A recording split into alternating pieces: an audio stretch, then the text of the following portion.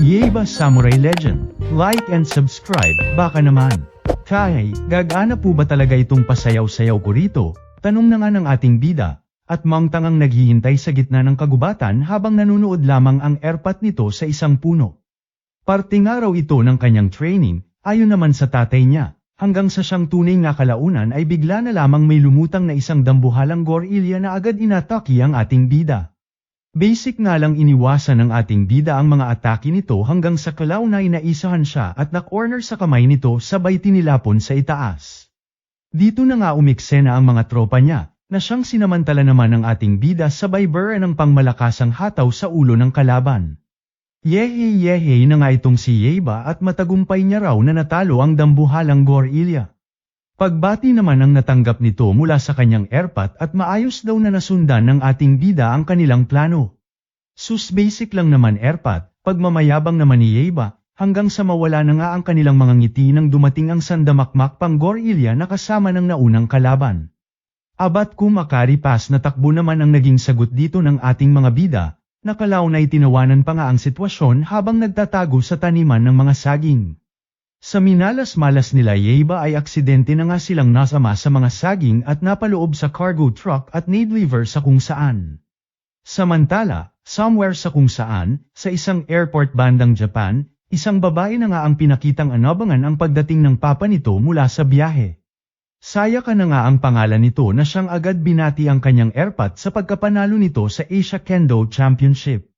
Bagamat nanalo ito ay di nito maitago ang pagkabuisit, dahil di niya raw matatawag na tunay na champion ang kanyang sarili hanggat di niya raw natatalo ang lalaking tinawag nitong si Kenjuro Kurogane. Walang ano-ano'y natigilan na nga ang mag-ama sa kanilang pag-uusap nang biglang may umiksenang bata mula sa kung saan, na siyang agad nang hinarang ni Sayaka at sino raw itong batang bida-bida. Agad nagpakilala naman ang ating bida na si Yeba Kurogane, isang pangmalakasang samurai daw kung kanilang mamarapatin, na kinagulat na nga ng airpot ni Sayaka at isang ang Kurogane. Nagpakilala naman si Sayaka dito at sinabing isa siyang babae, since nangungulit si Yeba kung ano raw ba siya. Tinawanan nga lang ito ng ating bida at tila ngayon lang nakakita ng isang babae, sabay na hiwagaan sa suot nito. Sa buwisit ng babae ay binanata na nga nito ng payong ang makulit nating bida, ayon buko lang inabot at sinabing nakakatakot daw pala ang mga babae. Walang ano-ano'y airpot naman nga ng ating bida ang umiksena at hinahabol ng security guards, na siyang agad namang nakilala ni Raizo kaya biglang nabuhayan at ngayon na daw sila maglaban ni Kenjuro Kurogane. Deadma nga lang dito si Kenjuro sabay hinablot at sinama sa pagtakbo nito, hanggang sa rekta na nga silang sumakay ng taxi at umexit sa airport. Di nagtagal ay bumaba na nga sila ng taxi, kung saan sinabi nitong si Kenjuro Kurogane na ito na raw ang magiging bagong bahay ni Yeba. Teka, bahay namin ito, pagtataka na nga ni Raizo habang happy-happy naman na pumasok itong si Yeba sa nasabing lugar at feel at home na nga si Tutoy. Pagharang naman ng samalubong dito galing sa lola ni Sayaka, at sino raw itong bansat na ito na basta na lamang lumutang sa kanilang bahay. Bitawan mo nga ako tanda, banat naman ni Yeba rito na kinabuisit na nga ng matanda, habang itong si Raizo naman ay pagkabuisit din ang nadama kay Kenjuro Kurogane. At basta-basta na lamang nagdidesisyon na dito mananatili ang anak nito akala mo siya may-ari ng bahay na ito. Sa yunay kontra pa sila hanggang sa mapagtanto ng matanda na anak ni Kenjuro Kurogane ang bida natin, na siyang pumayag manatili pansamantala sa bahay nila ngunit pang ising-isi sabay pinasunod sila sa isang dojo at tila ba susubukan ang kakayahan ni Yeba. Agad na pagtanto naman ito ni Kenjuro Kurogane, kaya naman siya na mismong naghanap ng makakalaban ng kanyang anak, at pinili pa talaga ang pakiramdam niyang pinakamalakas sa mga ito. Nabahala naman sila lalo na si Raizo dahil ito raw ang pinakamalakas sa mga ito, na tinawanan nga lang ni Kenjuro Kurogane sabay nagbigay kondisyon, na kung sakaling manalo si Yeba, ay wala nang usap-usap pa, at mananatili sa bahay na ito ang anak niya. Agad sumangayon naman si Tanda, at sinabihan si Muto, ang makakalaban ni Yeba na ibigay lahat ng makakaya nito at huwag maalangan na banatan ang bata.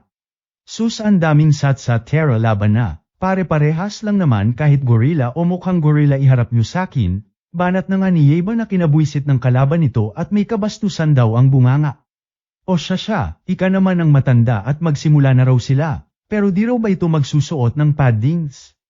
Pangsupot nga lang daw yun sabi ng airpot niya, ika na nga ni Yeba kaya ayon, hinayaan na lamang nila. Kalaunan ay nagsimula na ngang maglaban ang dalawa, kung saan una nang lumusab itong bida natin. Basic naman itong iniwasan ni Muto habang pinag-aaralan ang mga galawan ni Yeiba, na siyang pinagtaka na nga nila Sayaka at masyado raw buhos agad ang mga galaw ng batang mayabang.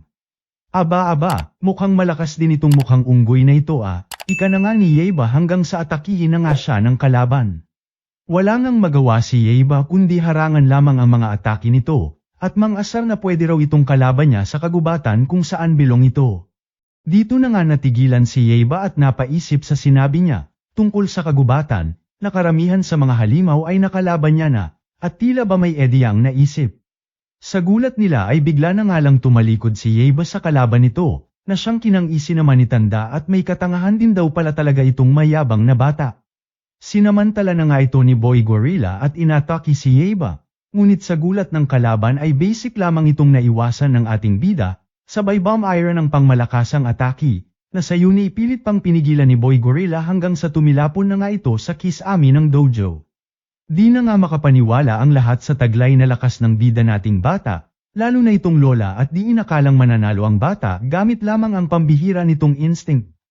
O paano ba yan, talo kayo, ika na nga ni Kenjuro Kurogane habang nagulat naman si Sayaka at bakit daw nakatali na si Muto. Ayon naman kay Yeiba ay ganito daw talaga galawan sa kagubatan, ang talo, kinakain ko. Buwisit ka wala ka sa kagubatan, ika na nga lang ng nabuwisit na dalaga. Kinabukasan, di pa man sumisikat ang araw ay nabuwisit na naman itong si Sayaka, at napakaingay daw ni Yeiba sa natutulog pa ang mga tao. Hanggang sa almusal ay kulit pera ng dala ni Yeiba, pati na ang kasama nitong tigre na lubos pinagtataka ni Sayaka.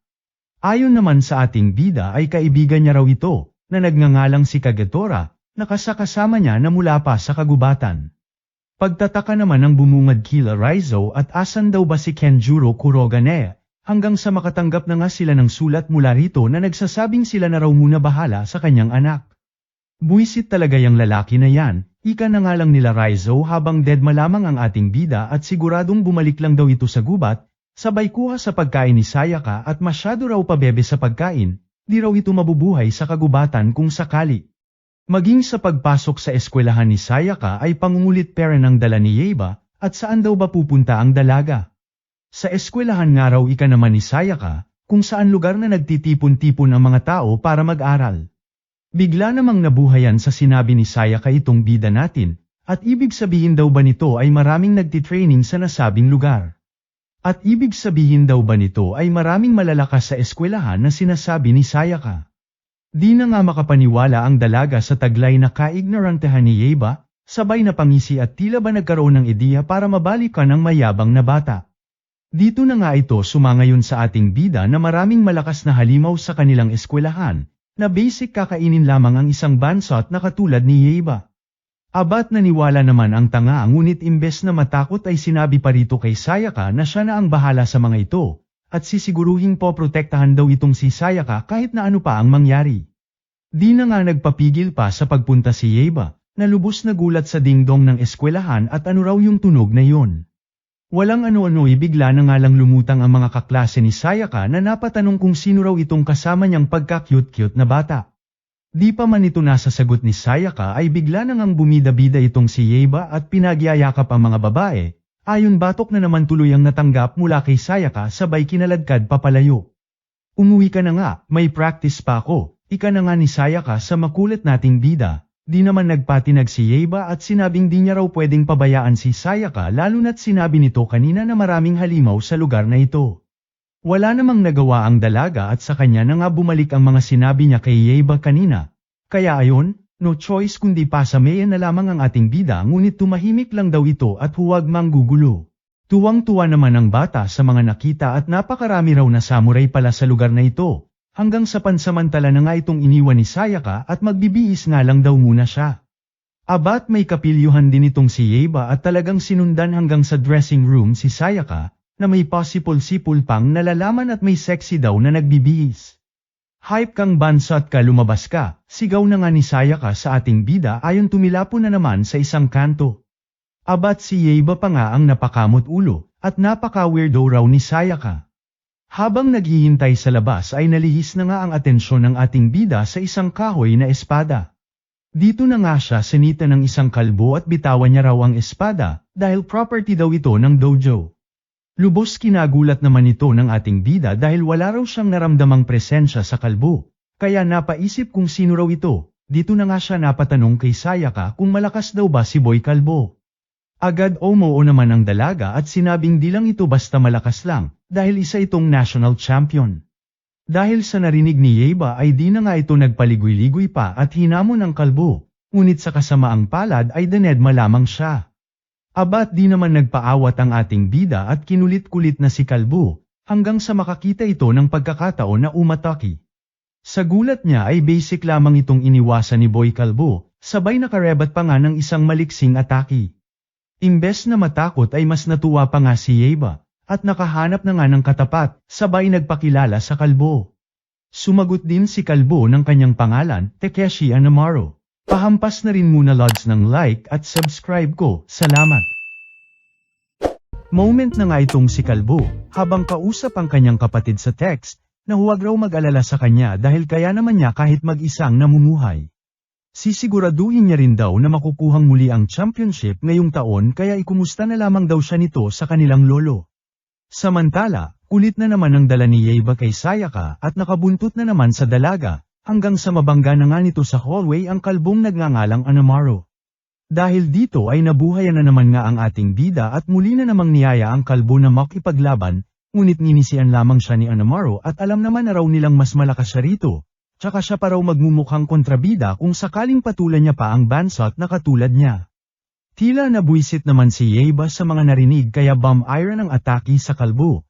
Ngunit muli, sa pangalawang pagkakataon ay basic lamang itong hinarang ni Anamaro ayun napahiya lamang ang ating bida, habang tawa-tawang umalis ang kalbo na minaliit na naman siya, at baka makalipas ang isang dekada ay makatsamba na raw si Yeba.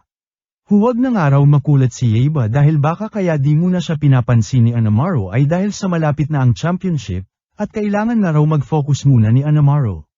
Tila wala namang pakialam dito si Yeba na pang-isingisi sa tabi, at meron nga raw siyang naisip na pangmalakasang ideya.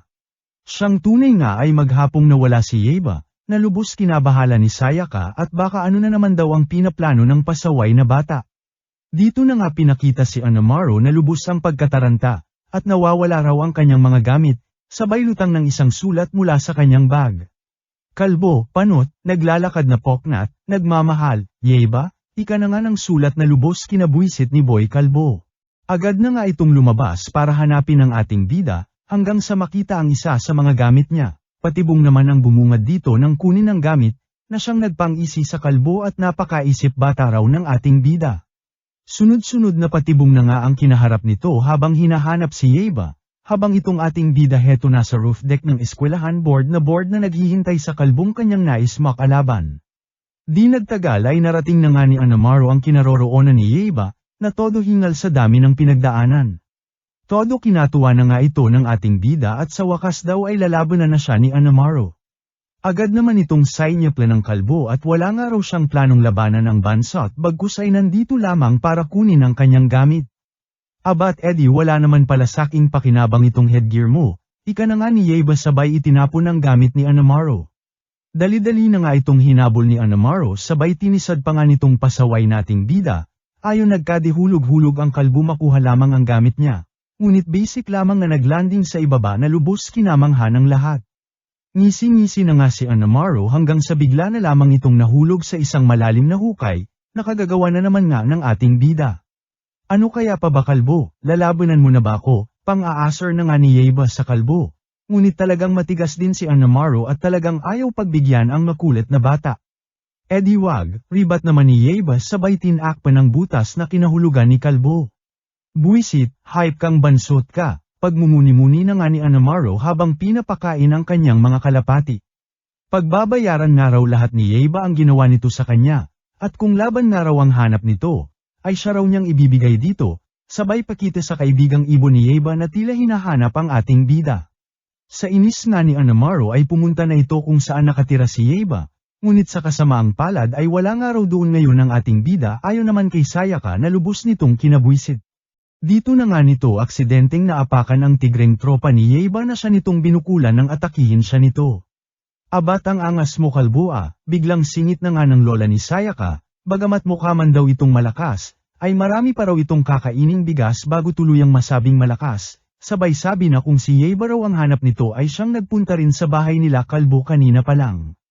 Buwisit na nga lang ang nasabi ni Anamaro at makikita nga raw ng mukhang kulangot nating bida ang hinahanap nito. Habang na-excite naman ang matanda sa magiging sagupaan ng dalawang mangtanga. Abat di naman nagkamali ang lola ni Sayaka at talagang nasa bahay nila Anamaro nagpunta itong pasaway nating bida. Dito na nga nito inabutan ang kaibigan niyang ibon na nanginginain sa may kalapatihan ni Anamaro sabay happy-happy na nagyakapan nang makita ang isa't isa. Kalaunan ay nakita na nga sila ni Kalbo ngunit balahibo na lamang ang naabutan.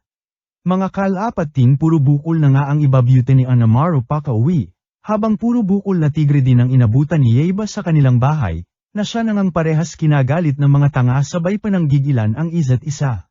Sa gitna na nga ng bayan nagpang-abot ang dalawa, subok pinigilan pa nga ang dalawa ng isang pulis ngunit wa-epek sa init ng ulo ng dalawa. Una na ngang nakabura ng sipa ang ating bida na kinabuisit ng kalbo at lumaban nga raw ng pata si Yeiba gamit lamang ang mga espada nila. Deadma nga lang ang ating bida hanggang sa nagbanate na nga ang dalawa. Hataw dito, banat doon, ayaw na ngang paawat ng dalawa kahit maraming tao sa paligid at mga tindahang napiperwisyo ng dalawa. Sa gigil ng dalawa ay umabot na nga sa taas ng bus ang laban ng mga tanga. Ayaw talagang magpatalo sa isa't isa hanggang sa maging mga troso sa isang truck ay nadamay na. Basic nga lang itong naharaang ni Anamaro ngunit di niya inasahang gagamitin ni Yeiba bilang diversion. Ayun bagamat naharang ang atake ni Bansut ay di naman naharang ang pangmalakasang kagat nito sa makintab niyang ulo. Aray-aray na nga si Kalbo hanggang sa nakaisa pang muli si Yeiba na siya nang nagpabagsak dito. Happy-happy naman ang ating bida at nagawa nga raw niyang talunin si Anamaro, ayun sumalansang na nga sa isang signage sa lansangan ubod pera ng katangahan. Umuwi na ngang parehas may mga tama ang dalawa, parehas umaaray-aray sa mga sugat nilang ginagamit ng sabay. Nadismaya naman ang lola ni Sayaka sa paraan ng pagkapanalo ni Yeiba, at nang agad nga sa laban ng espada. Hindi nga raw ito matatawag na panalo hanggat di siya nananalo ng patas. Agad na pagtanto naman ito ni Yeiba kaya sinabing sa susunod daw ay sisiguraduhin niyang mananalo siya ng patas, sabay ginanahang mag-training at niyaya pa nga ang mga tropa niyang animal. Tila nakulangan naman ang ating bida sa paraan ng kanyang training kaya naisip ang magtakip ng mata ng mas mahasa ang kanyang kakayahan. Kinamangha na nga ito ng lola ni Sayaka, at subok hinahasa raw ng ating bida ang shingan o perception nito, na magpapalakas ng pakiramdam kung saan manggagaling ang atake ng kalaban. Mangtangaman nga raw si Yeiba pero unti-unting natututo sabay umalis ng patawa-tawa. Tuwa rin ang nadama ng dalawang animal na tropa ni Yeiba at nababanatan ang ating bida, habang ang bida naman natin mas ginanahan pa lalo sa kabila nito, at nagpatuloy sa ginagawa nitong training, magpahanggang sa pagkain na lubos kinabuisit ni Sayaka, at napaka-oe raw sa kakain lang naman. Maging ang lola ni Sayaka ay nabuisit na rin kaya ayon nagpang-abot ang dalawa sa lamesa, abat ayaw talaga magpaawat ni Yeiba at maging sa pagligo ay may takip pera ng mata, ayon sumambulat ang supot na pisot sa harapan ng nagulat na si Sayaka, ayon lipad na naman si tanga ng banatan ni Sayaka.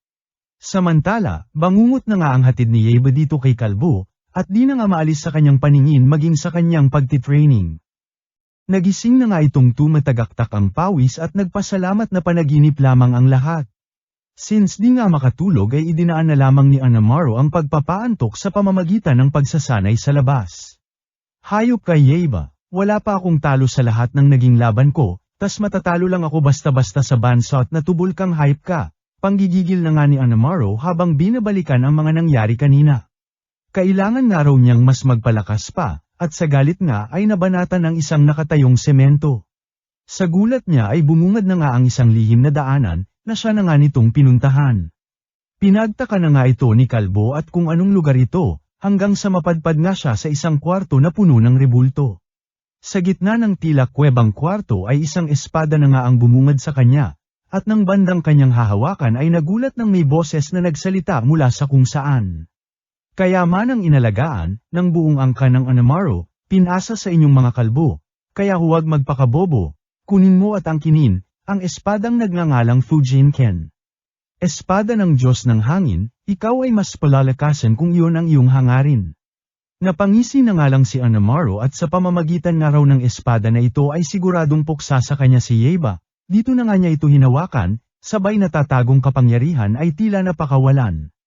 Arg-arg ika na nga lang ni Anamaru habang sinasaniban ng kapangyarihang nagmumula sa espada, hanggang sa tila durudamanyo na nga itong nag-transform kasabay ng pagkabunot ng espadang kanyang iwinagayway. Pabanat na rin muna lods ng like at subscribe ko dyan, salamat hihi. Abat happy na nga itong si Anamaru sa kapangyarihang kanyang natanggap, at gamit nga raw ang espadang Fujinken ay sisiguraduhin niyang buena mano itong si Yeba na makakatikim nito. Somewhere sa kung saan ay nagpasikat din ang isang espada na may kurukuryenteng kapangyarihan, na binabantayan ng isang matandang mukhang surot. Samantala, patuloy namang nag-training si Yeba sa tulong ng tigre at ibon, na lubos nang ang kinamangha ni tandang lola at mukhang nagagamay na raw ng ating bida ang skill na kakay, o sa madaling salita ay zones daw sa paligid ng isang tao kung saan nanggagaling ang atake ng mga kalaban. Dito na nga ito sumingit ng atake kay Yeba na basic nga lang hinarang ng ating bida, ngunit nauunahan lagi ng yabang kaya ayon bukol ang natanggap sa binato ng matanda. Bagamat pasaway itong si Yeba ay lubos naman itong kinaaliwan ng mga kaklase ni Sayaka, at napaka-cute nga raw. Ibinida naman ng mga kalalakihan ang koleksyon nila kay Yeba ngunit wa-epek sa ating bida dahil walang-wala raw ang mga ito kumpara kay Sayaka na nakasabay niya na dating maligo. Ay sana all sa'yo kaibigan, pagkainggit na nga ng iba kay Yeba habang pagkabuisit naman ang nadama ni Sayaka, nababanatan sana ng silya si Yeba ngunit na-distract sa pagdating ni Anamaru dahil pinagtitinginan ng lahat. Maging ang pasaway nating bida ay nagtaka, dahil tila nagbago raw ang itsura ni Anamaru. Wala naman ang kutsa-kutsara si Kalbo at tinawag si Yeba, at labanan nga raw siya nito ngayon na. Abat kinatuwa na nga ito ni Bansot at agad inataki si Kalbo, ngunit sa gulat niya ay bigla na nga lang naglabas ng tunay na espada si Anamaru na siyang samugat sa kanyang mukha. Abat kailan ka pa natutong mandaya Kalbo, reklamo na nga ni Yeba dito, ngunit ninisian lamang siya ni Anamaru na tila ba nang aasar. Nabahala na nga maging sila Sayaka dahil totoong espada ang gamit ni Anamaru habang napa-atras na nga lang ang ating bida at napaiwas sa mga was-iwas ni Anamaru. Dito na nga nakakuha ng armas si Yeba gamit ang isang putol na tubo na tinawanan nga lang ni Kalbo at ano raw magagawa nito laban sa espada niya. Dagdag pa nga ang pagpikit ng ating bida na lalo pang nagpatawa kay Kalbo. Abat mukhang nagbunga rin ang mga training ni Yeba at nagawang maarang ang mga atake ni Anamaru. At bagamat pinaulanan ng mga banat ni Kalbo ay nakalusot ng atake kay Anamaru na siya nitong lubos kinagulat. Unti-unti nang ang nakabawi si Yeba at napa-atras ang Kalbo, ngunit muli ay tinawanan lamang ni Kalbo at ito lang daw ba ang kaya ng ating bida. Kinabuisit na nga ito ni Yeba habang ito naman si Anamaru ay itinutok ang espada sa ating bida, walang ano-ano'y bigla na nga lang itong naglabas ng isang pangmalakasang atake na siyang rekta tumama kay Yeba, at sumalansang sa isang nawasak na poste. O ano, asan na yabang mo bata, ika na nga ni Anamaru kay Yeba, hanggang sa kalaunan ay muli na naman nga itong bomb iron ng isang pangmalakasang atake na subok hinarang naman ni Yeba, ngunit sa kasamaang palad ayon lumipad lamang sa sobrang lakas ng atake ni Kalbo. Sumigaw naman si Sayaka na tumigil na nga raw itong si Kalbo, ngunit ayaw talagang paawat ni Anamaru ayon maging sila Sayaka ay binanatan na rin. Dahil dito ay pilit na ngang tumayo si Yeba sa kabila ng mga tama nito, ngunit iba rin talaga ang galit ni Kalbo na siyang muli ay bomb iron ng pangmalakasang atake sa ating bida, nagkadiwasak-wasak na nga ang eskwelahan nila Sayaka, sabay pakitin at the rescue ang tropang ibon ni Yeba, at agad siyang nilayo sa nag-ooromintadong Kalbo. Takbo supot, takbo, ika na nga lang nang tumatawang si Anamaru. Naiyak na nga lang si Yeba sa mga pangyayari at nagmungtanga nga lang daw siya kanina sa harap ni Anamaru, at wala man lang daw siyang nagawa laban dito. Nakamasid nga lang sila Sayaka mula sa isang gilid, hanggang sa bigla na nga lang lumutang ang airpot ni Yeba na lubos nilang kinagulat. Dito na nga ipinaliwanag ng kanyang airpot ang tungkol sa Fujinken, na siyang gamit ni Anamaru laban sa kanya, na nagtataglay ng pangmalakasang kapangyarihan. Nakatago raw ang espadang ito ngunit mukhang na-awaken na raw, at tanging ang espadang Ragenken lamang daw ang makakatalo rito. Isang napakalakas na espada na taglay ang kapangyarihan ng kidlat, at kung tama nga raw ang pagkakatanda niya ay isang matandang bansot ang may hawak nito, na nagngangalang Miyamoto. Bigla na ngang nagka-interes si Yeiba at napatanong kung saan daw ba niya mahahanap ang nasabing matanda, na siyang agad namang binara ng kanyang tatay, at kahit sabihin man nga raw nilang mahanap ito ni Yeiba ay aabutin muna siya ng siyam-siyam bago magamit ang espada. Wala akong paki, ika naman ng ating bida at kung ito nga lang daw ang paraan para matalo niya si Anamaru ay susubukan niya kahit ano pa man ang mangyari. Wala naman ang nagawa ang kanyang tatay at sinabing nasa Mount Tengu raw ito, sabay ngiting tagumpay kay Sayaka at alam nga raw ng dalaga kung saan ang nasabing bundok. Kinabukasan ay nagising na nga lang si Sayaka na nakatali na sa likod ni Kagetora at mukhang kinidnap na nga nitong pasaway nating bida at di nga raw kasi niya alam kung saan yung bundok na sinabi ng kanyang airpat. Wala naman nang nagawa ang dalaga hanggang sa kalaunan ay narating na nga nila ang Mount Tengu. Todo reklamo naman si Sayaka dahil puro putik na raw ang kanyang pajama, hanggang sa magulat na nga lang siya na dala ni Yeiba ang uniform niya, at mukhang kinalkal pa raw mga damit niya sa bahay nila.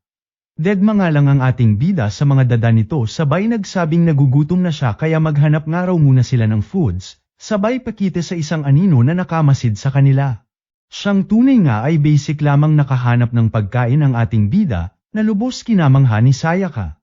Walang ano-ano ibigla na lamang may bumagsak na mga mani mula sa itaas na siyang nag-distract sa kanila, sabay salisi ni Miyamoto at kinuha ang pagkain nila. Abat nasisipa nga ni Yeiba itong tropa niyang tigre hanggang sa bigla na lamang may bumagsak na buto mula sa taas. Dito na nga nila nakita ang isang matanda na nagpapasalamat sa pagkain na ibinigay daw nila.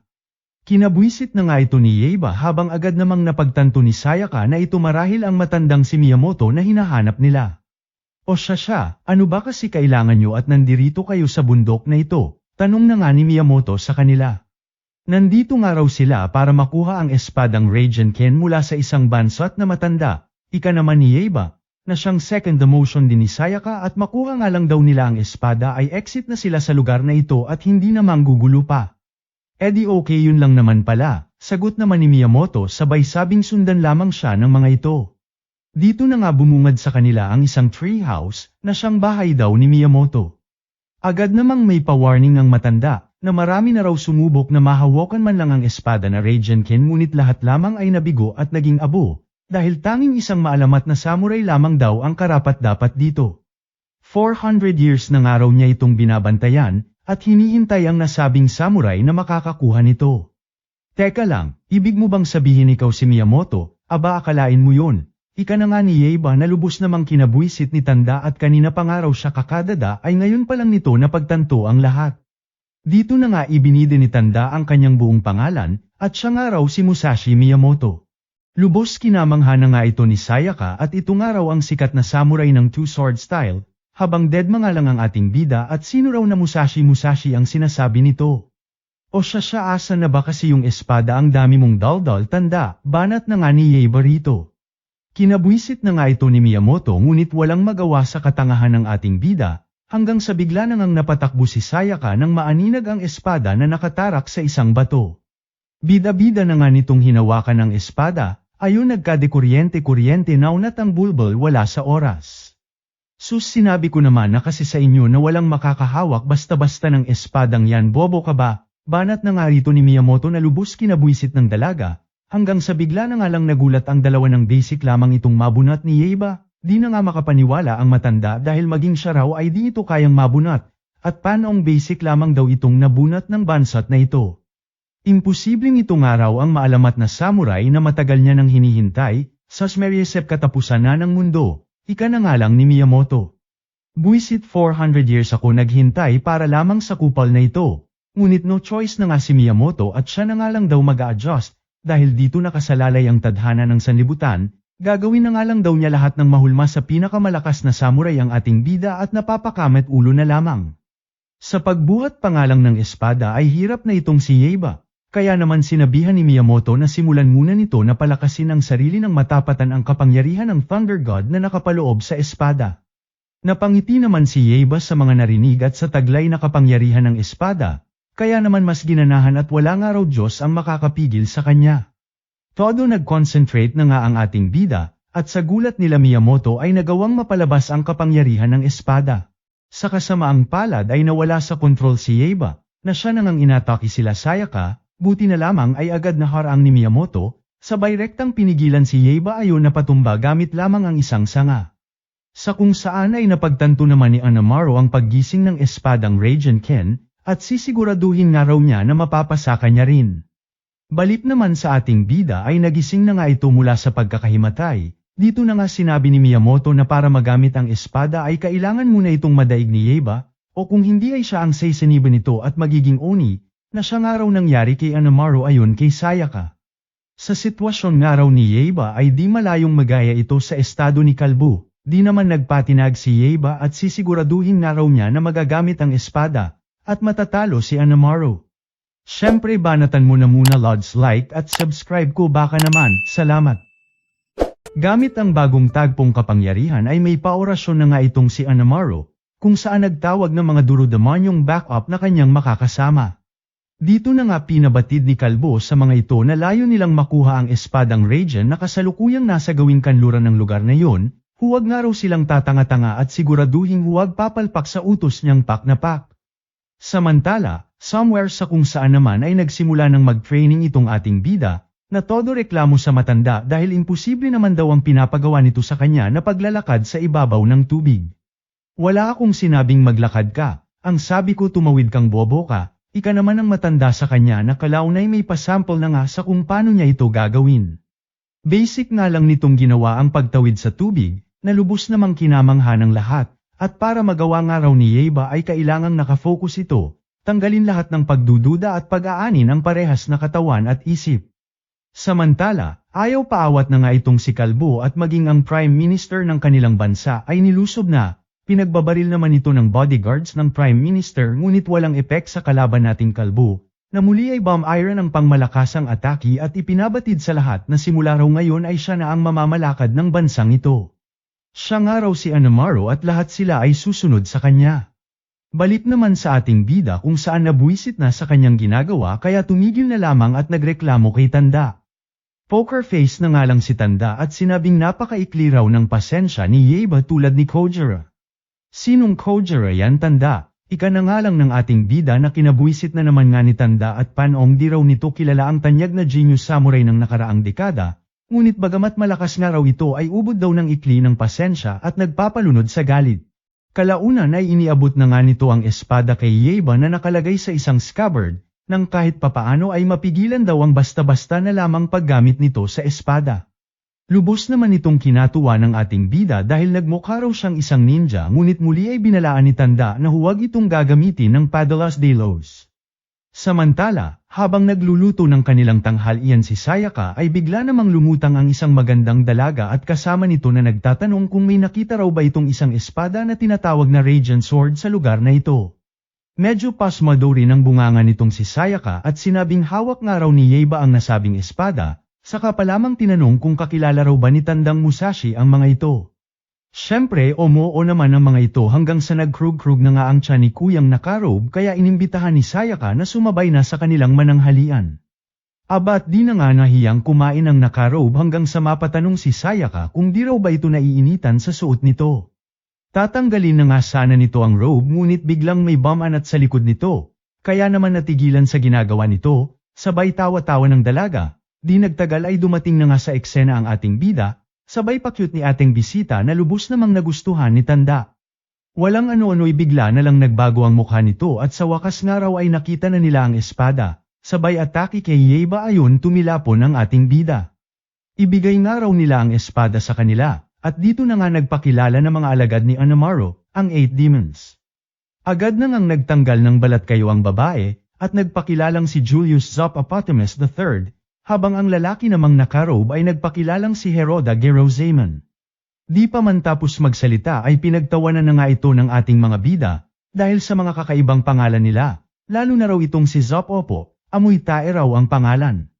Kinabwisit na nga ito ni Zopopo kaya tinawag na ang kanilang resback, ngunit bago pa man makaatake sa ating mga bida ay isa-isa nang pinatumba ni Yeba habang tumatawa.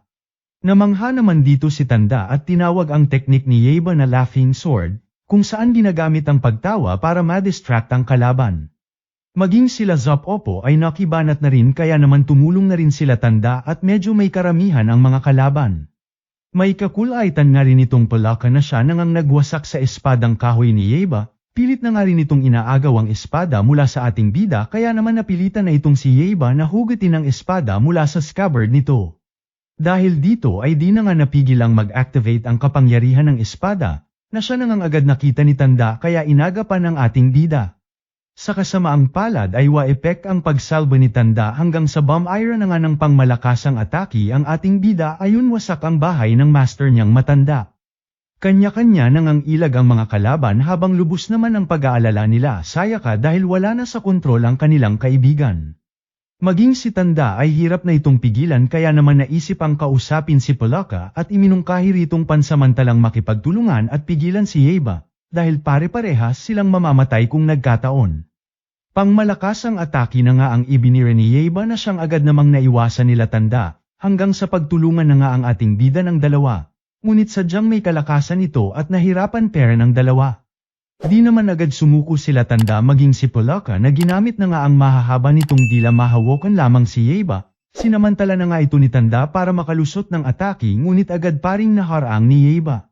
Sa lakas ng atake ay naputol na nga ang espada ni Tanda ngunit kasabay nito ay nagulat na lamang sila nang matanggal ang bowlang kristal na nakalagay sa espada, sabay gamulong papunta kay Sayaka. Dito na nga nagising si Yeiba na lubos ang pagtataka kung ano raw ba ang nangyari, habang yehe-yehe naman sila Tanda at Palaka na kalaunay napalayo na rin sa isa't isa at nagkahiyaan. Babanat pa nga sana itong si Yeiba nang makita si Kuyang Palaka ngunit natigilan at nagulat nang mapansin na butas na ang espadang hawak at wala ng kristal. Maging si Tanda ay napaisip na marahil nagmumula ang kapangyarihan ng espada sa kristal na natanggal. Bitawan niyo ako, sigaw na nga ni Sayaka mula sa malayo, hawak ng mga kalaban na biglang nagkalakas loob dahil natanggal na nga ang kristal na pinagmumulan ng kapangyarihan ng espadang Raiden. Kung mahalaga nga raw ang buhay ng dalaga sa ating bida ay ibigay nito sa kanila ang espada, pagbabanta na nga ni Zop-Opo kay Yeiba. Utot mong Zop-Opo ka, ika na nga ng ating bida sa kalaban habang nagpumiglas naman itong si Sayaka at pakawalan nga raw siya ng mga ito. Dito na nga nito ibinaling ang atensyon kay Kuya Palaka, at samantalahin na nga raw ang pagkakataon para atakihin ang ating mga bida. Agad pumorma naman ang Palaka ngunit biglang natigilan ng naalala ang pagprotekta sa kanya ng matanda kanina. Sa buwisit ni Zop-Opo ay inatake na nga nito ang kakamping Palaka, ngunit di nagtagumpay dahil maging si Yeiba ay prinotektahan na rin ito, na tila ba tropa na nila. Ba't inaatake mo ang kaibigan mo, ika na nga ng ating bida sa kalaban? Walang kwenta, yan ang tawag sa Palaka na yan, ribat naman ni Zop-Opo at wala nga raw karapatang magsilbi sa Lord Anamaru nila ang mga katulad nitong walang silbi. Di sa akin na lang siya, laman tiyan din yan, ika na nga ni Yeiba na lubos kinagulat ng Palaka, sabay pagbulong ng ating bida na umalis na nga raw itong Palaka habang nadidistract niya pa ang kalaban. Todo pang-aasar na nga itong si Yeiba kay Zop-Opo kaya naman siya na ang pinagbalingan ng kalaban, sabay nagpahabol sa gubat. Samalubong na nga sa ating bida ang iba pang kasamahan ng kalaban hanggang sa maabyutan na siya ni Zop-Opo na siyang agad nirekta siya ng atake. Pilit sumabay na nga si Yeiba sa kalaban ngunit sadyang lamang ito sa laki kaya naman tumatalbog lamang itong ating bida. Tawa-tawa na nga itong si Zop-Opo dahil wala nga raw pan-apat sa kanya itong bata kaya ibigay na nga lang daw ng ating bida ang espada nang matapos na ang paghihirap nito. Abat ayaw din talaga sumuko ni Yeiba na siya na namang ngang tumilapon sa atake ni Zop-Opo, sabay umikot-ikot ang kanyang espada, na agad namang sinalo ni Yeiba. Nagmistulang malaking shuriken na nga ito na siya niyang ginamit sa mga lumutang na kalaban. Napangiti na nga ang ating bida sa mga pangyayari at nagkaideya na gamitin ang kanyang espada mala shuriken. Kanya-kanya na ngang takbuhan ang mga kalaban habang hinahabol ng ating bida, na pinatumba na halos lahat ng puno na kanilang nadaanan dahil sa espada niyang iwinawasiwas sa mga kalaban. Happy-happy na naman si Tanda sa mga nakikita habang napa-exit naman na itong si Zop-Opo at minabyutang kunin na lamang ang kristal at huwag nang makipaglaban pa. Napansin na nga ito ni Yeiba kaya napilitang dumaan sa ilog, at sa gulat nila ay nagawa na ngang makatawid ni Yeiba tulad ng training nito kanina. Bukod dito ay isang panibagong teknik pa ang natutunan nito. At gamit nga ang espadang walang kristal ay malasher ka nitong pinaikot-ikot sa kanyang kamay sabay rektang ibinira sa kalabang may paharang-harang pang nalalaman, ayon ulat siwa sa gitna ang kalaban, naging ahas na lamang hanggang sa gubat ay umexit na at gumapang. Kinagabihan ay may pa-bonfire na nga ang ating mga bida at wasak na nga ang bahay ni Tanda, kasama ang bagong tagpong kakamping Palaka. Dito na nga nila nabalitaan ang ginawang pagsakop ni Anamaro sa Kapitolyo, na siyang simula ng unti-unting paghahasik nito ng lagim. Dahil dito ay iminungkahi na nga ni Tanda na magtungo sila sa Ganryo Island, na marahil maghahatid sa kanila ng clue kung paano mamamaster ni Yeiba ang Radiant Sword. Agad na nga silang naglakbay kinabukasan habang nakakwintas kay Sayaka ang kristal, sabay pakita sa isang insektong drone na tila nagmamatsyag sa kanila. Pabanat na rin muna lods ng like at subscribe ko, salamat hihi. Sa ilalim ng lihim na lungga ni Anamaro, nagulat si Mr. Spider. Sabi niya, nasa kamay na ni Yeiba ang Radiant Sword. Nang marinig yun, hindi makapaniwala si Anamaro para sa kanya. Imposibleng mapasa kamay ni Yeiba ang ganong klaseng espada. Pero kampante si Mr. Spider, ang utak ng grupo. At ayon sa calculations niya, panalo na sila. Pinadala na raw kasi niya si Mr. Slug, isa sa pinakamalakas nilang 8 demons, para bawiin ang espada. Ipinakita pa niya kay Anamaro ang video ni Mr. Slug, na siyang confident na matatalo agad si Yeiba. Habang pinapanood ni Anamaro ang laban, nagtataka siya kung bakit walang tumutulong kay Mr. Slug. Sabi naman ni Mr. Spider, matagal lang daw kasi ang biyahe nito. Slug na kasi. Hindi pa rin makamove on si Anamaro. Dati, nakampante rin siya kay Zupo para kunin ang espada, pero pumalpak ito. At ang masaklap pa, si Palaka, na dating kakampi nila, sumama na kay Yeiba. Pero natawa lang si Mr. Spider, sabay sabing bahagi raw lahat yun ng plano niya. Samantala, halos 30 minuto nang naglalaban sina Yeiba at Mr. Slug, pero hindi pa rin makalusot ang kahit isang atake. Sobrang laki at madulas kasi ng katawan nito, at halos immune sa physical attacks. Buti na lang, naalala nila na ayaw ng Slug sa asin. Kaya nagtapon sila ng mga sako ng asin sa ere, at gamit ang sepukan teknik, pinasabog ni Yeiba ang mga ito sa taas. Bumagsak ang asin kay Mr. Slug at unti-unti siyang lumiit, pabalik sa original niyang anyo. Nagulat ang lahat sa nangyari. Alam ni Mr. Slug na talo na siya, kaya dali-daling tumakbo palayo habang nagsisigaw ng maghihiganti ako. Pinapanood lang lahat to ni Anamaro at halatang hindi siya natuwa. Tinanong niya si Mr. Spider kung may plan B pa sila. Sabi naman ni Mr. Spider, relax, may next move na ako. Sa kabilang banda, habang papalubog ang araw, pauwi na ang ating mga bida. Sakto namang lumapit ang hot spring owner na kanila na todo excited. Akala niya papasok sila, at sinabing sila raw ang 1,000,000th customer nila, kaya libre ang lahat. Kahit walang pambayad, tinanggap nila ang alok sabay dinala sila ng mga maid sa loob. Habang si Miyamoto at Mr. Palaka ay chill-chill lang, si Yeiba naman puro kalokohan. Sinubukan ni Mr. Palaka gulatin si Yeiba para matest siya, hanggang sa ayon, sumemplang ito sa tubig. Sabi ni Miyamoto, malayo pa si Yeiba sa pagiging best samurai, habang sa malayo ay may isang nilalang na may pulang mata ang palihim na nanunood sa kanila. Sa kabilang paliguan, si Sayaka ay nagbababad sa tubig, pero ramdam niyang may nagmamasid. Tiningnan niya ang paligid pero wala siyang nakita. Inakala niyang si Yeiba ang naninilip, kaya binuhusan niya ito ng tubig. Nagalit si Yeiba dahil wala naman siyang ginagawa, hanggang maya-maya, nagtaka na lang siya kung bakit siya pa ang pinagalitan gayong wala naman daw worth panoorin. Natawa si Miyamoto at nakaisip ng bagong training, paakyatin sila sa madulash na pader. Game agad si Yeiba, pero pag-akyat niya, sinalubong siya ni Sayaka at ng iba na may dalang hose. Binomba siya ng tubig pero nakalutang pa rin siya sa hangin. Pinutol ni Sayaka ang tubig kaya bumagsak si Yeiba, o lots ang pasikat nating bida. Habang nagbibihis na sila at handa ng kumain, napansin ni Yeiba na isang mangkok lang ng kanin ang inihain sa kanya. Abat parusa raw yun ni Sayaka dahil sa paninilip, kahit si Miyamoto talaga ang may sala. Sinabi ni Mr. Starfish na matagal na raw siyang naninilip sa grupo, at confirmed si Yeiba talaga ang may hawak ng Radiant Sword. At kahit sa paliligo, dala-dala raw niya ito. Ngayon, kailangan nilang magplano para makuha ang espada. Pero problema, sobrang hirap kalabanin ng sepukan teknik ni Yeiba. Naisip nilang baka pwedeng mag-disguise gaya ni Mr. Snake para makalusot. Pero alam nila na kapag nagpakita sila, automatic santukan agad. Maya-maya, nakabuo rin sila ng plano. Dumating bigla ang hot spring owner at sinabi nilang may special event, ang Kamodameshi. Kapag nalagpasan daw nila to, makaka-access sila sa pinaka-secret na hot spring na may healing powers at pampaganda ng balat. Nagtanong si Yeiba kung masarap ang kamodameshi, pero sabi ni Miyamoto, hindi pagkain yun, kundi ay parang test of courage. Interesado si Yeiba at niyaya si Sayaka. Medyo hesitant sila, pero kinumbinse sila ng manager. Pagdating nila sa lugar, sobrang creepy. Kinakabahan na si Sayaka at gusto nang umatras. Biglang sumulpot si Mr. Starfish na nagpapanggap na tauhan ng inn. Pinaliwanag niya ang rules, diretso lang daw, at bawal lumingon pabalik. Bago sila umalis, sinabi niyang hahawakan na muna niya ang espada ni Yeiba.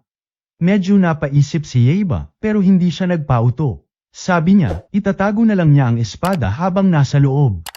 Naiinis man si Mr. Starfish ay okay lang daw, kasi may plan B pa raw siya. Kung saan si Mr. Mantes ang daw ang susunod, eksperto sa disguise at assassination. Nagpanggap siyang matandang babae na may pilay. Nilapitan siya ni Yeiba para tumulong, pero napansin niyang ang laki ng mata at katawan ng lola. Biglang nag-transform si Mr. Mantes at umatake. Pero mabilis si Yeiba, isang palo lang gamit ang espadang hindi pa hinuhugot, bagsak agad si Mantes.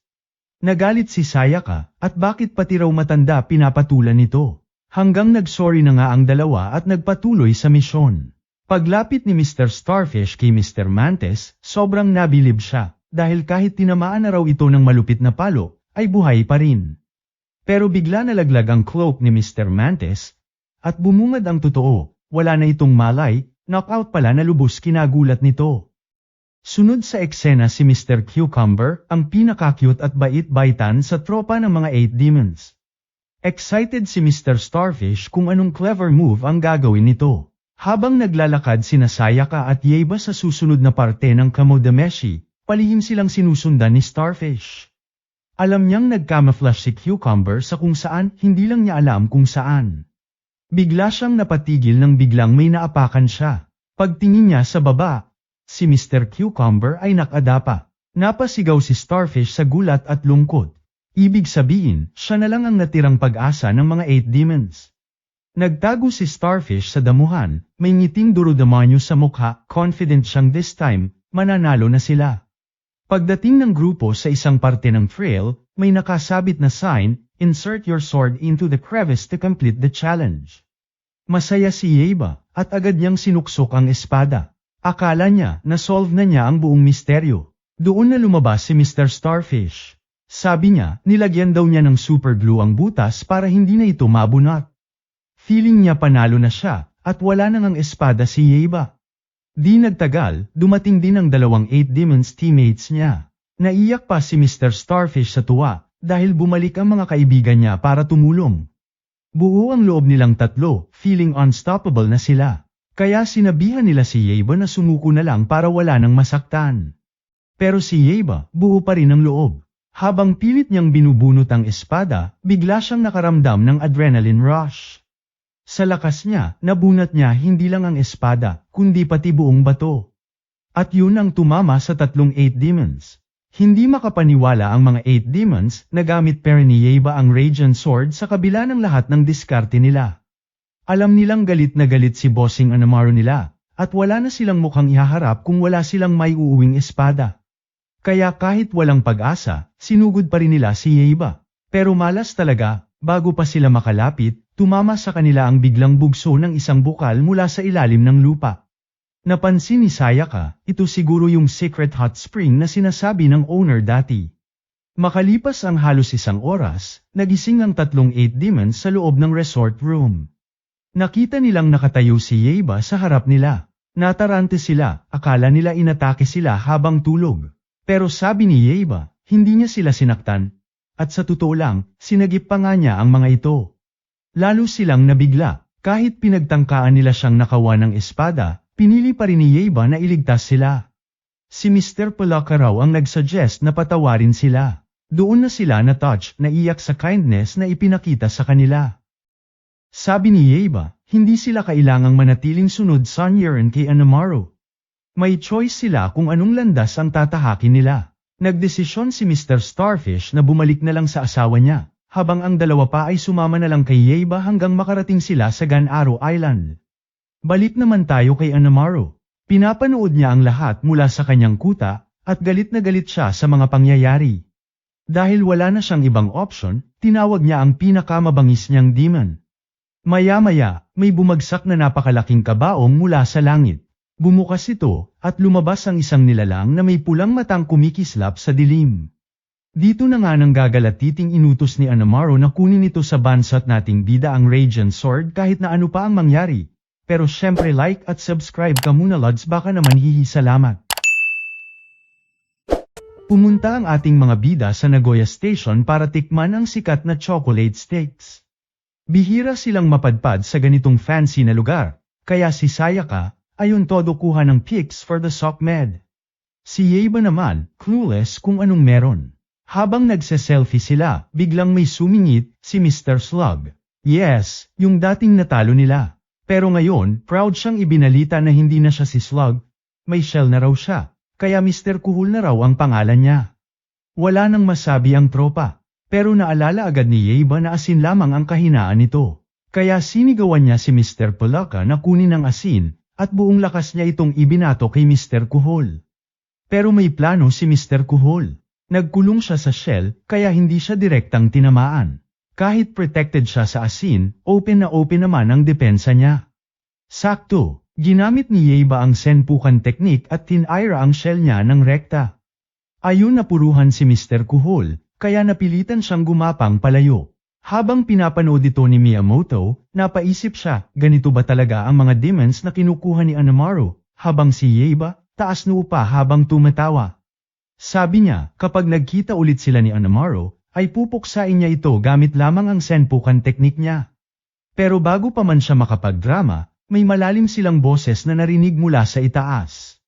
Isang misteryosong nilalang ang lumapag sa pinakamataas na building sa lugar. Nang makita ito ni Miyamoto, ramdam niyang final boss ang dating ganito.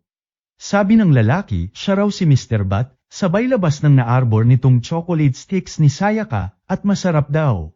Tinuro niya si Yeiba at sinabing ang Radiant Sword ay pagmamay-ari ni Lord Anamaru. Sumuko na raw ang mga ito bago pa may masaktan.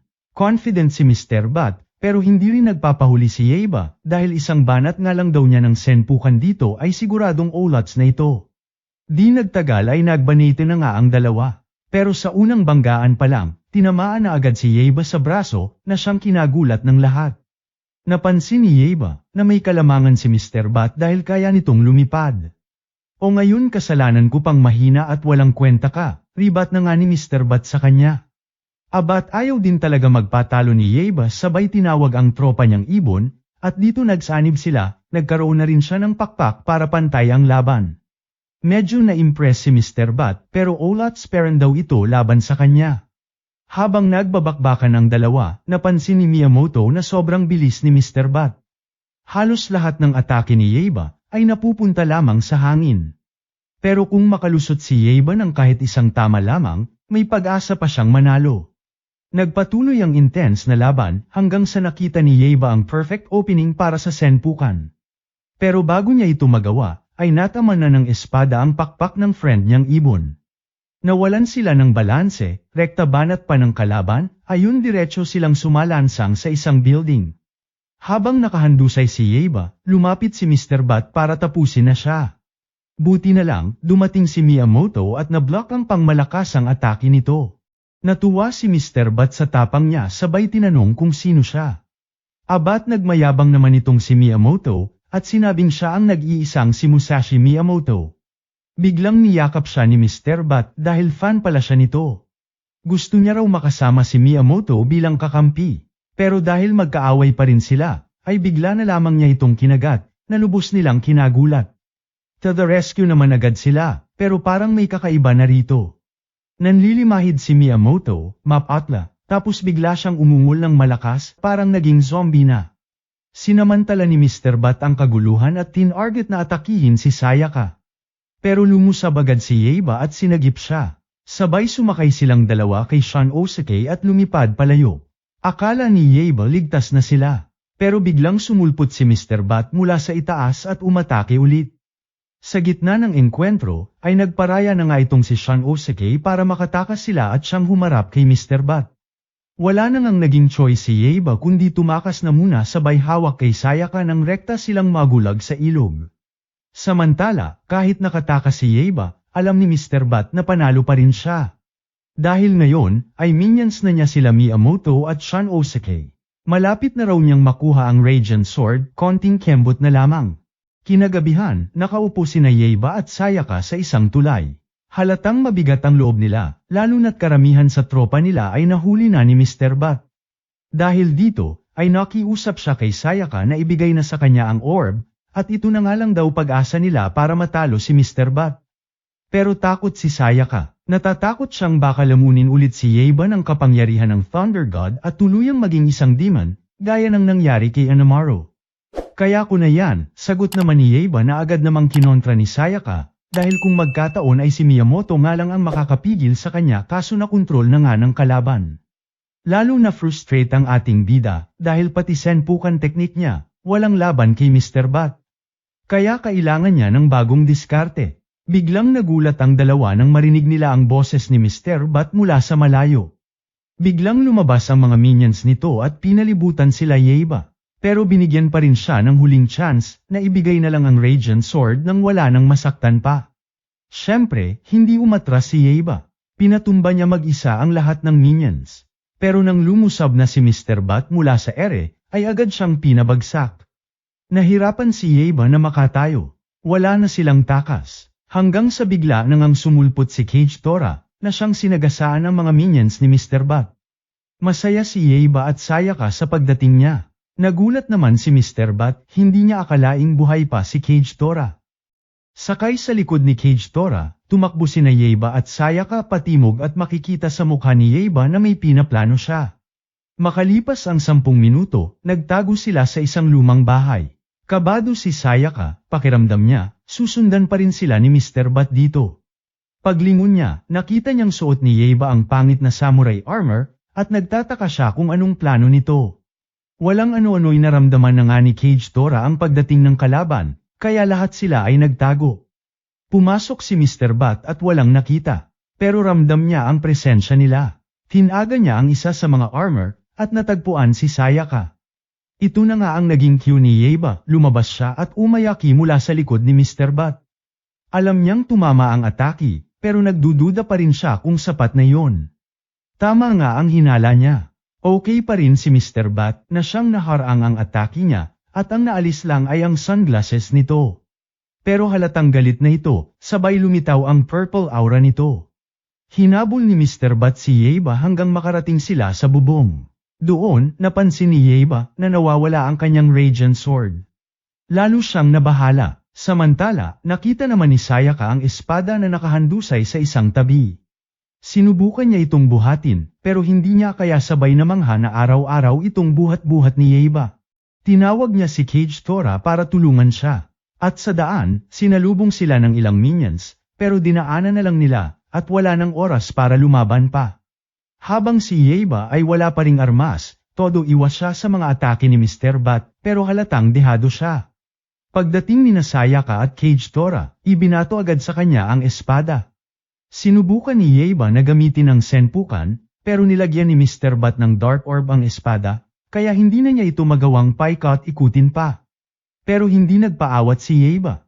Kahit walang senpukan teknik, lumaban pa rin siya ng espadahan. Sa tagal ng sagupaan, nag-api siya, binalibag sa lupa, at halos tapusin na siya ni Mr. Bat. Sa gilid ay napasigaw na nga itong si Sayaka, dahil akala niya, ay katapusan na ni Yeiba. Biglang nag-reflect ang liwanag mula sa orb, at tumama diretso sa mukha ni Mr. Bat. Doon na nagkaideya si Yeiba, natakot sa araw ang mga paniki. Mabilis siyang gumalaw, gamit ang espada, hiniwa niya ang bubong ng buong bahay para ipasilip ang araw. Tinamaan ng sikat ng araw si Mr. Bat, at nagsimula itong mag-ouch-ouch sa sakit. Dito na nga naglaho ang Dark Orb sa espada, kaya pwede na ulit gamitin ni Yeiba ang senpukan teknik niya. Boom! Sa isang iglap, binanat ni Yeiba ang buong lakas ng senpukan at nahati sa gitna si Mr. Bat, bumalik ito sa anyong paniki at nagsilipad palayo. Panalo na naman si Yeiba. Tumayo siya, nag-samurai pose at bida-bida na naman. Tumakbo si Sayaka papunta sa kanya at niyakap siya sa tuwa. Pero umiwas lamang si Yeba sabay sabing wala siyang panahon ngayon sa mga ibab, ayes haha. Kinabukasan, nasa park na sila. Habang kumakain ang lahat, si Yeba naman ayaw pang kumain at todo nag-tech train sa likod. Aminado siyang hindi pa sapat ang lakas niya. Kailangan pa nilang magpunta sa Ganryo Island bago tuluyang kumalat ang puwersa ni Anamaro. Pero bago yan pakalat na rin lods ng like at subscribe musus naman salamat. Isang gabi sa town square ay bigla na lamang napatingala ang mga tao nang isang dambuhalang aircraft ang nakitang nakalutang sa langit. Agad itong ibinalita ng mga news reporter kung saan si Anamaro daw ang pakana at balak ng gawing bagong kastilyo ang National Diet Building at sakupin ang buong Japan. Patawa-tawa na nga itong si Anamaro at inutusan ng mga tao na yumuko sa kanya. Pero hindi pumayag ang madlang people, kaya sa buwisit nito at bilang panakot, naglabas ito ng espada at sabay iwinasiwas ng pangmalakasan na siyang pumutol sa isang building. Dahil dito ay natamimi na nga ang mga tao at natakot. Matapos yun, tumawa lang si Anamaro ng parang duro-demonyo, sabay lumapit si Mr. Spider para ibalita na tinalo na si Mr. Bat ni Yeba. Kinagulat na nga ito ni Anamaro dahil si Mr. Bat ang isa sa mga pinakamalakas niyang tauhan. Dito nalaman din niyang papunta na sila Yeba sa Ganryo Island, kaya inutusan niya si Mr. Spider na unahan ang mga ito sa isla at buhayin si Kojiro Sasaki, isang pangmalakasang legendary samurai. Somewhere sa kung saan, nasa bangka na sila Yeba papunta sa Ganryo Island habang kinukwento ni Miyamoto ang tungkol kay Kojiro, at kung gaano kalakas ang espada nitong kayang hamaba o lumiit, na kung tawagin ay Manaho Shizaw, ngunit sa kabila nito ay natalo parang nga raw ito ni Miyamoto, dahil dumating siya ng late sa duelo nila para inisin si Kojiro bago ang laban. Ayaw naman maniwala ni Yeba sa kwento nito, kaya pinakita ni Miyamoto ang isang best-selling na libro na nagsasalaysay daw ng laban nila. Nauna nga roon si Mr. Spider at agad niyang hinukay ang libingan ni Kojiro, tapos ginamit ang mga potion para buhayin ulit ang katawan nito. Pagkatapos, binuksan niya ang time portal gamit ang espada ni Kojiro para kunin ang kaluluwa nito at ibalik sa katawan niya. Noong una ay inakala niya pang walang effect kaya pinagsasampal si Kojiro, hanggang sa bigla nang tumayo ang legendary samurai, na siyang galit na galit. Tinutok nito ang espada kay Mr. Spider dahil sinaktan daw ang pogi niyang mukha. Agad namang nagpaliwanag si Mr. Spider at sinabing 400 years na itong patay, na siyang lubos kinagulat ni Kojiro, at di makapaniwalang may nakapatay sa kanya.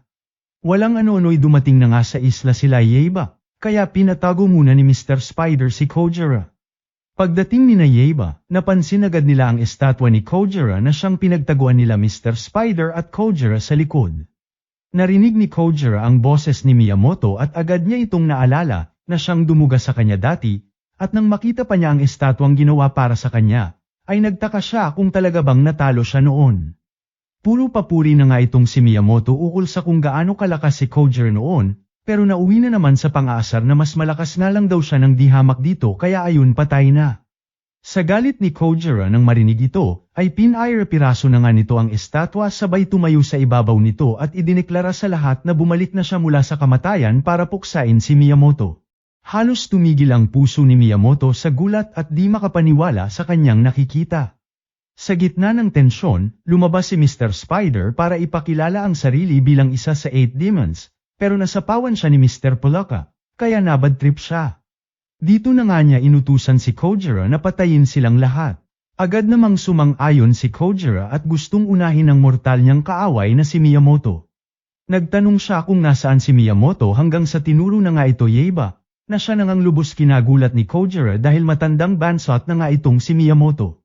Ito namang si Miyamoto nang asar na naman, at sinabing kahit 400 years na ang nakalipas, ay wala pa rin daw pan-apat sa kanya si Kojiro. Ayun nga at di na naiwasang magbanatan ang dalawa, kung saan agad nagbitaw ng unang atake si Miyamoto pero basic lamang napigilan ni Kojiro. Kalaunan ay nagsabayan na nga ang dalawa habang nanunood lang sa gilid sila Yeba, napansin ang lakas ni Kojiro kahit kagagaling lang sa hukay, habang si Miyamoto ay mukhang hirap na. Bigla na ngang gumamit si Kojiro ng extend sword technique, na lubos kinagulat nila Yeba at totoong araw ang chismis na humahaba ang espada nito. Tinamaan na nga si Miyamoto at hirap ng dumpensa. Walang ano-ano'y bomb iron na nga ng pangmalakasang atake si Kojiro. ngunit sumingit na ang ating bida at pinigilan ang kalaban. Dito na nga naaliw si Kojiro sa lakas ng loob ni Yaiba na makisawsa, kaya naman sa bida na natin itinuon nito ang atensyon at siyang nilabanan. Bilang sagot, ay dito na nga tinangkang gamitin ni Yaiba ang senpukin teknik niya laban kay Kojiro, ngunit basic lamang na na-counter ni Kojiro gamit ang kanyang extensor technique. Walang ano-ano'y siya naman nga ang bomb iron ng atake sa ating bida, na sa sobrang bilis ay hindi halos nasundan ng mata ni Yaiba, muntik nang tamaan si Yaiba kung hindi lang siya naitulak palayo ni Miyamoto sa huling segundo. Bahagyang nasugatan si Yaiba at di makapaniwala sa lahat ng nasasaksihan, hanggang sa aksidente na ngang masipsip sa loob ng portal na ginawa ni Mr. Spider kanina, na lubos kinagulat ng lahat. Dito na nga bumagsak si Yaiba somewhere sa kung saan, at pagtingala niya, napapalibutan na siya ng mga samurai. Nabukulan na nga niya ang master ng mga ito kaya ayun siya na ang pinag-initan. Dahil dito, inakala ni Yaiba na mga tauhan ito ni Anamaru, kaya napaporma na rin ang ating bida, pero natigilan nung napagtanto niyang outnumbered siya.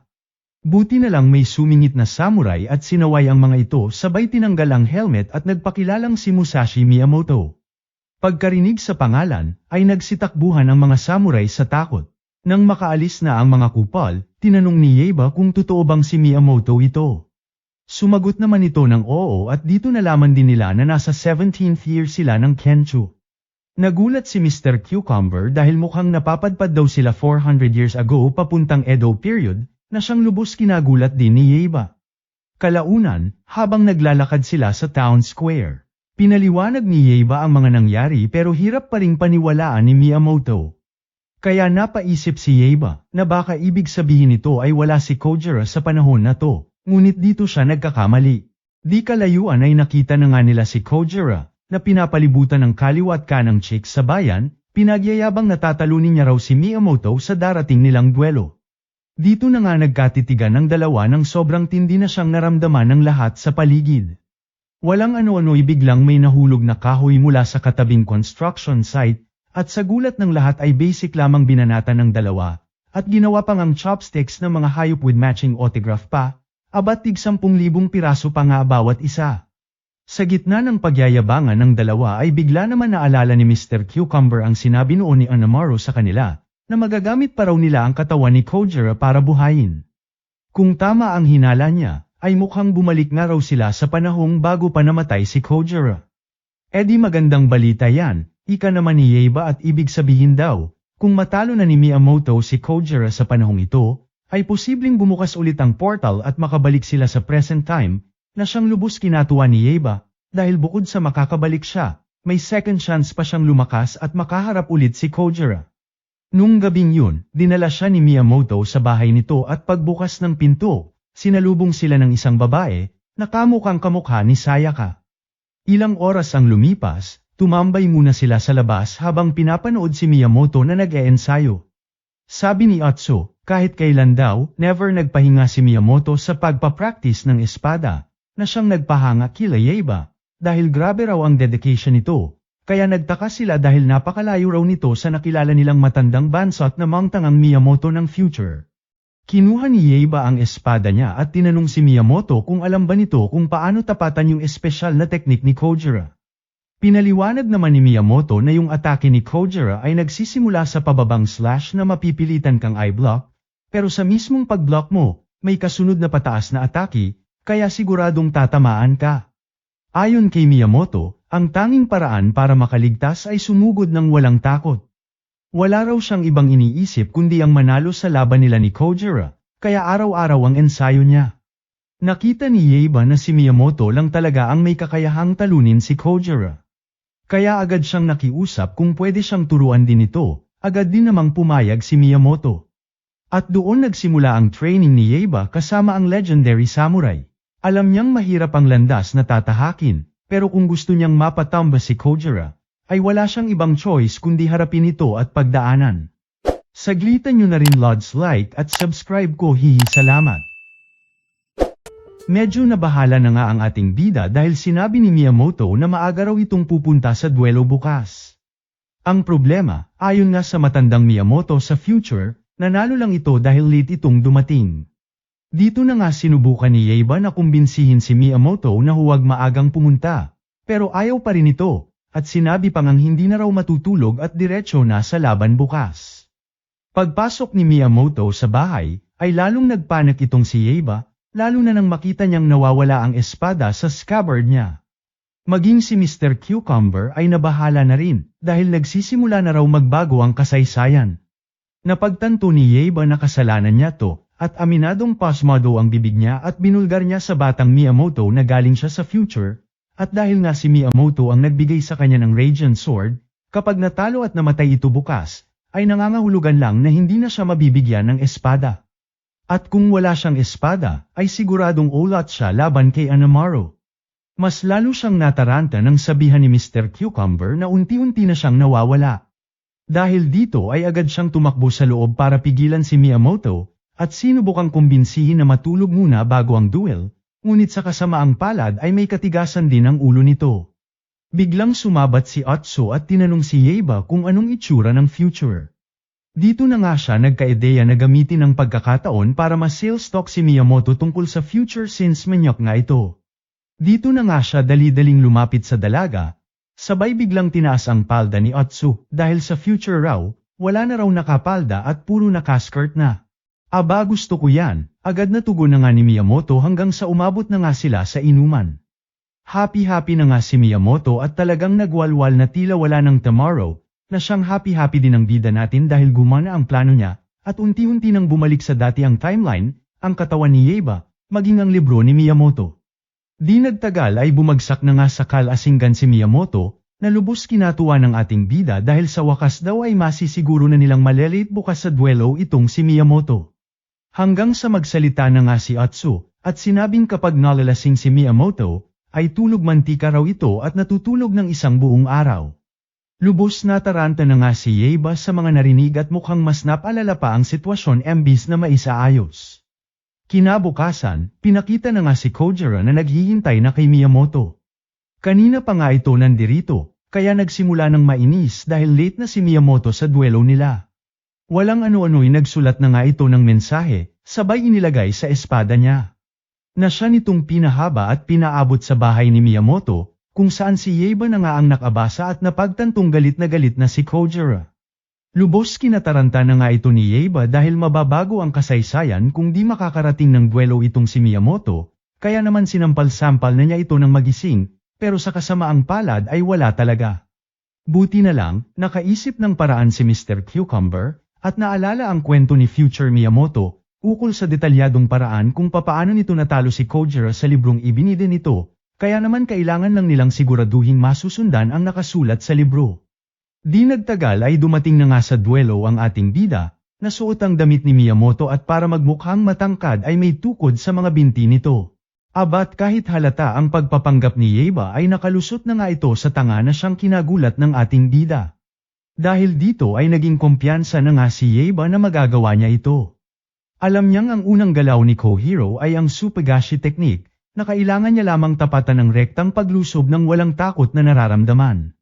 Siyang tunay nga at ito ang ginawa ng kalaban, ngunit sa kasamaang palad ay di natimingan ng tama ni Yeiba ayon na isahan parent siya ni Kojiro. Nagpatuloy pa ang ilang atake ni Kojiro na siyang naiwasan naman ng ating bida. Ngunit ang problema ay nawasak ang mga tukod niya, sabay bumagsak sa lupa, natulala at walang magawa.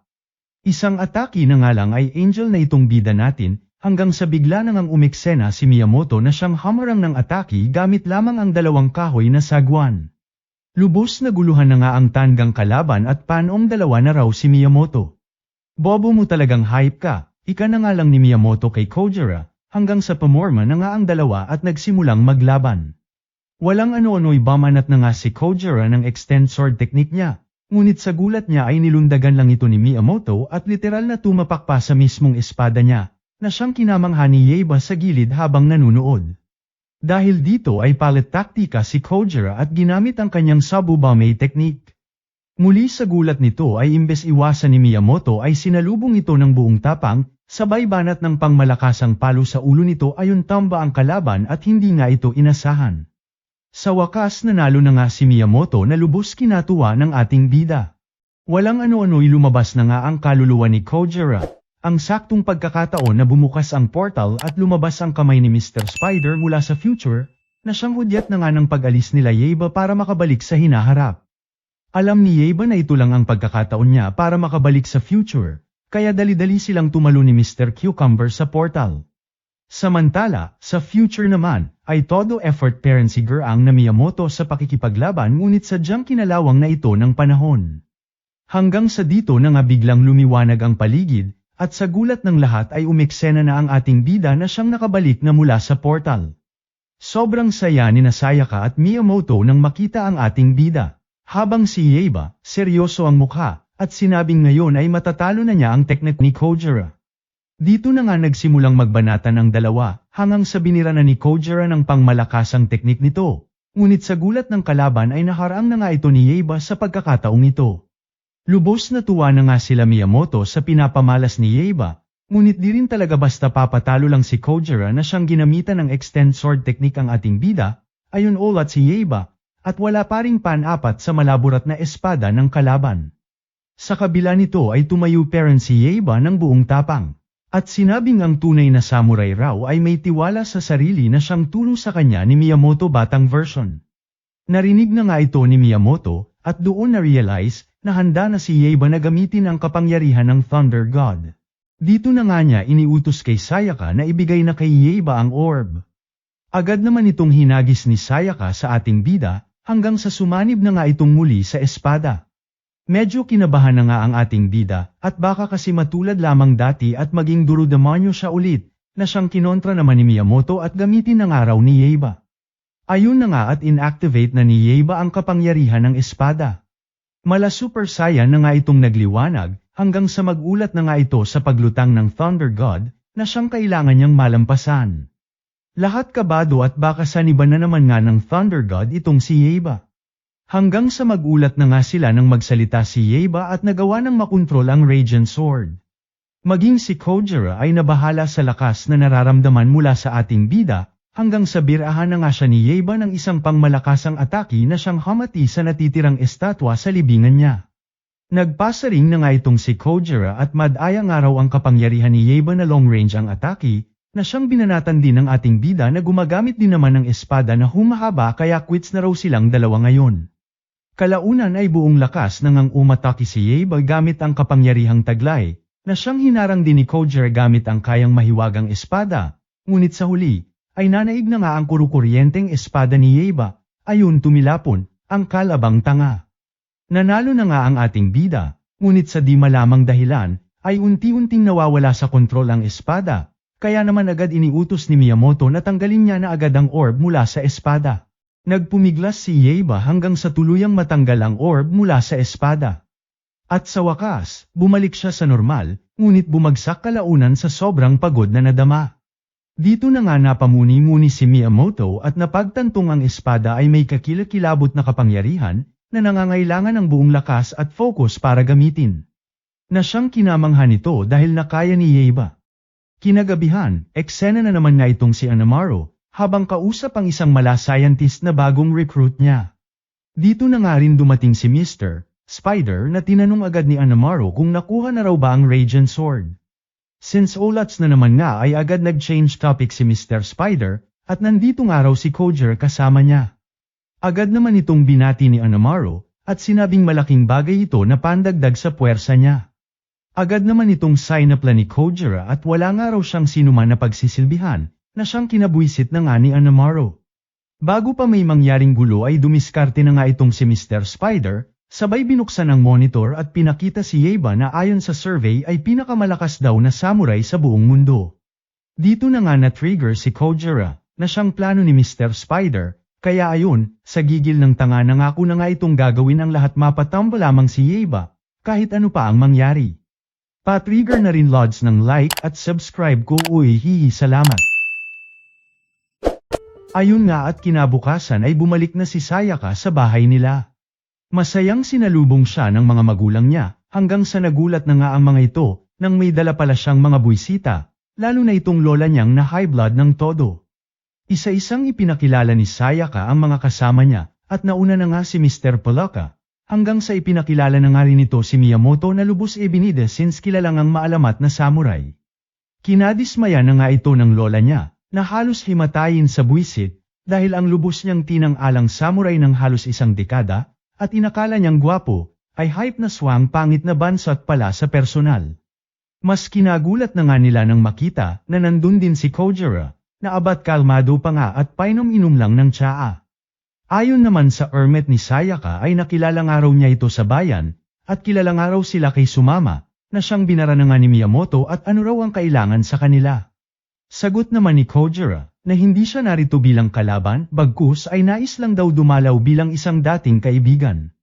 Pero ang totoo ay nandirito lang naman dahil nais makuha ang Radiant Sword mula kay Yaiba, since ito lang naman daw ang sagabal para siya ang tanghali na pinakamalakas na samurai. Kalaunan ay dinner time na nga ang fam, kung saan lubos na mangha itong si Granny sa mga kwento nila ukol sa adventures nila kasama ang ating bida, lalo na at basic na lamang binubuhat ni Yaiba ang maalamat na espada na parang wala lang. Nagbigay lakas loob na nga ito kay Yaiba at siguradong matatapatan ng araw niya si Anamaro. Ngunit basag trip na nga itong si Miyamoto, at sinabing mahaba pa raw ang lalakbayin niya bago iyon mangyari. Kailangan pa niyang matutong kontrolin ang espada at matuto ng bagong teknik. Ikinabahala na nga ito ni Kojiro, dahil kapag natuto pa si Yaiba ng mas malalakas na teknik, ay magiging problema ito para sa kanya. Samantalang napagdesisyonan naman nila Yaiba at Miyamoto, na simula ngayon ay training mode na sila para sa bagong style o teknik ng ating bida. Kinagabihan, rekta ninja style training na nga ang dalawa. Hanggang sa mapadpad na nga sila sa CR kung saan naliligo si Sayaka. Sakto namang nakaapak ng sanga si Tanga ayon inakala tuloy ng dalaga na may nang boboso sa kanya rekta tapo ng mainit sa labas, tanggal angas, ang dalawang anggas, makalipas ang ilang minuto, may yelo na sa ulo nila habang nilalay ni Kojiro, at ito nga raw ang napapala ng mga menyok. Aksidente nga raw ang lahat depensa naman ni Miyamoto habang si Yaiba si mapakali at malalim ang iniisip. Hanggang sa biglang napatingin si Yaiba kay Sayaka at tila nagka-idea. Agad itong tumakbo palabas at tinawag sila Miyamoto. Dito na nga bumida si Yaiba at may naisip na nga raw siyang bagong teknik, at habang hawak nga ang espada ay biglang naglabas ng flashlight na siya nitong sinalansang sa espada, sigurado silaw daw ang makakalaban niya pagmamayabang pa nga nito. Hype kang animal ka, flashlight lang pala, tsaka wala yang epekto pag umaga tanga, pagkabuisit na nga ni Miyamoto sa ating bida, sabay nagsi-walk out ang lahat. Naiwan na nga si Yaiba, at magdamag tumambay sa bubong at nag-iisip pera ng bagong teknik. Namangha na nga sila sa dedikasyon nito hanggang sa mapansin nilang tila nagugutom na ito. Kaya dinalhan na siya ni Sayaka ng mga rice ball. Pero naalala niyang pinagbawalan siya ni Miyamoto kumain hanggat wala pa siyang bagong teknik. Kaya tumalikod siya at tumangging kumain habang tinutokso nila Mr. Palaka. Kaya't napasigaw at umalis na nga raw sila. Ilang oras pa ang lumipas, ay nasa bubong pa rin si Yaiba, hanggang sa matigilan na nga ito nang mapansin ang mga pagkulog at pagkidlat, at dito nagbigay sa kanya ng panibagong idea. Tinawag niya agad sina Kojiro at Miyamoto at sinabing, habang wala sila, ay nakabuo na raw siya ng 3 bagong fighting techniques. Ang unang teknik na siyang tinawag nitong Dagger Downpour, at gaya ng pangalan, ay pinaulanan na nga ng punyal sila Miyamoto na todo umiwas din. Sa buwisit ni Miyamoto ay agad siyang kinatok nito sa ulo. Hindi teknik yan, tanga, ika na nga nito sa kanya. Since olats ang una ay agad na ngang ibinida ni Yaiba ang pangalawang teknik, na tinawag nitong Yaiba Boomerang Slash. Mala Beyblade na nga itong mangtangang umiikot-ikot habang dala ang espada, hanggang sa nahilo na nga ito ayon at sumalansang sa nawasak na pader. Kinabuisit na nga ito ni Miyamoto kaya napa-walk out na naman. Pero bago pa man sila makaalis ay dali-daling tumalon si Yaiba at sinampal kay Kojiro ang teknik na tinawag nitong Orbless Lightning Strike. Nablock naman ito ni Kojiro, ngunit halatang nagulat sa pinamalas ni Yaiba. Maging si Miyamoto ay namangha at sinabing may potensyal ang teknik.